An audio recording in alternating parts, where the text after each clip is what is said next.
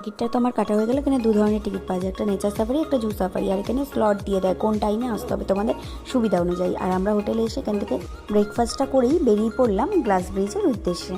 এই টিকিটটা নিয়ে প্রথমেই আমরা এখান থেকে এন্ট্রি করলাম। অনেকটা দূর একটুখানি হেঁটে যেতে হয়, আর এখানে গাড়ি থাকে। এই গাড়িটাই আমাদের পাহাড়ের ওপর দিয়ে নিয়ে যাবে গ্লাস ব্রিজে। তো আমরা সবাই মিলে গাড়িতে উঠে পড়লাম। গাড়িটা পুরো এসি গাড়ি, তো এই গরমে কোনো কষ্ট হবে না, কারণ রাজগীরে প্রচণ্ড গরম।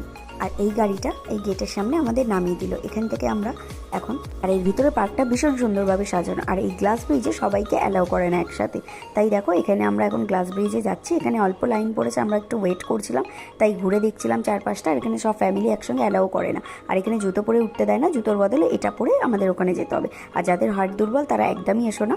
কিন্তু আমি গেছি, কারণ সেই ভোর 4টে দিয়ে লাইন দিয়েছিলাম শুধুমাত্র এর ভিউটা দেখার জন্য। সত্যি অসাধারণ, চোখটা সার্থক হয়ে গেল এই গ্লাস ব্রিজটা। গ্লাস ব্রিজটা কেউ মিস করো না। চলো টাটা বন্ধু।